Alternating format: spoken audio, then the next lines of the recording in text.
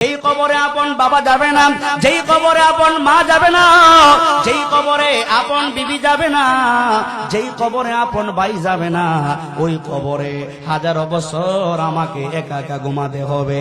কেমনে ঘুমাবো ভাই, চিন্তা করার দরকার আছে না নাই? আল্লাহর নবী বলেন কেমনে ঘুমাবা?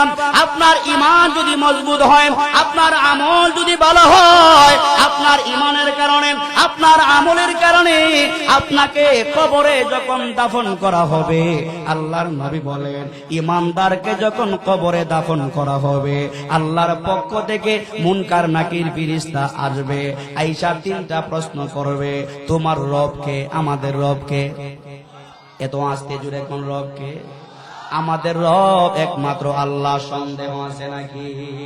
আমাদের রব একমাত্র আল্লাহ, সন্দেহ নাই।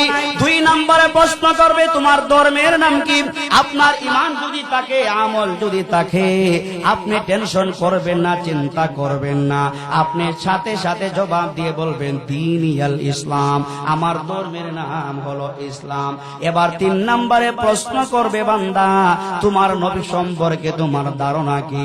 আল্লাহর নবী বলেন আপনার ঈমান থাকার কারণে আপনি বলবেন নবী মুহাম্মদুর রাসূলুল্লাহ হলেন আখিরি জামানার পয়গম্বর, আমি হলাম ওই নবীর উম্মত। আল্লাহর নবী বলে এই তিনটি প্রশ্নের জবাব আপনার জবান থেকে যখন বেরিয়ে আসবে, আসমান থেকে আল্লাহ